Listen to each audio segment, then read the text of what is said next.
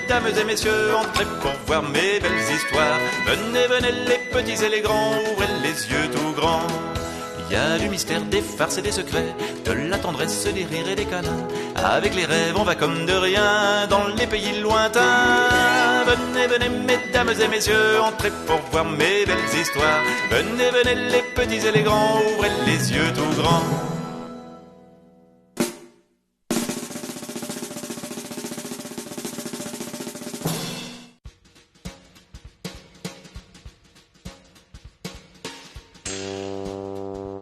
Depuis 3 jours, Maman Cochon fait un régime. Elle veut être sûre d'entrer dans son maillot de bain.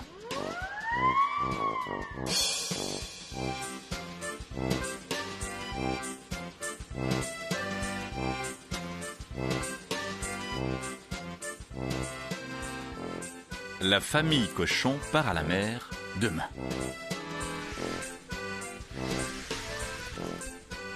Maman Cochon fait des petits bagages parce que la voiture n'est pas grande.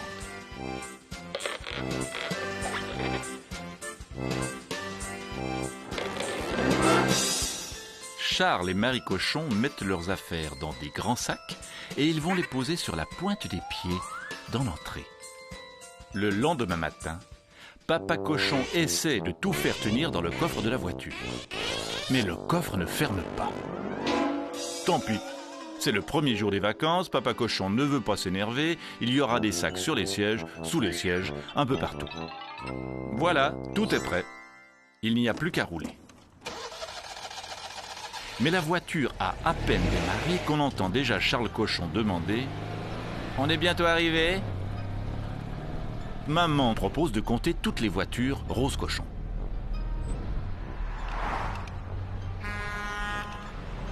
Mais Charles et Marie Cochon pleurnichent. « Ah, c'est long !» Il n'y a que Bébé Cochon qui ne dit rien. Il a trouvé un jeu très bien.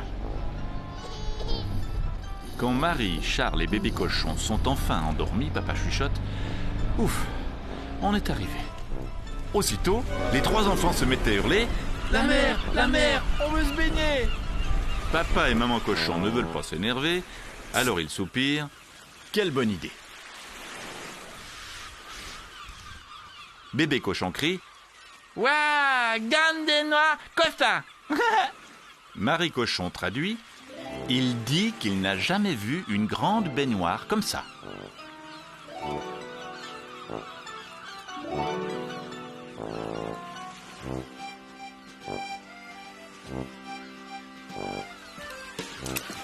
Alors papa lui montre les bateaux, maman lui montre les petites vagues, Marie Cochon lui montre son plongeon canard, Charles Cochon lui montre qu'il sait mettre la tête sous l'eau. Après le bain, Bébé Cochon se remet à crier « Ouah, Ganda Blécota !» Marie Cochon traduit « Il dit qu'il n'a jamais vu un grand bac à sable comme ça. » Alors on lui montre comment faire des pâtés. On en fait 1, on en fait 10, on en fait 100. Papa Cochon finit par s'impatienter. Bon, maintenant ça suffit, on rentre. On remonte dans la voiture pour aller jusqu'à la maison que papa a louée. Qu'elle est mignonne cette petite maison de vacances, qu'elle est gaie.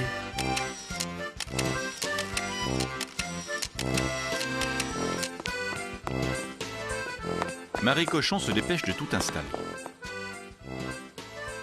Papa comprend pourquoi le coffre de la voiture ne fermait pas. Tout à coup, Charles Cochon s'écrie « Mais, on n'a pas déjeuné !»« J'ai faim, j'ai faim, j'ai faim !» crie Marie Cochon. « À faim !» hurle Bébé Cochon. Alors Papa Cochon a une bonne idée. Et si on allait dans une crêperie ?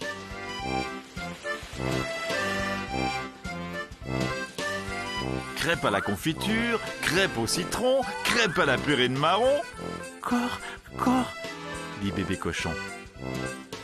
C'est bon, ces crêpes, disent Charles et Marie Cochon.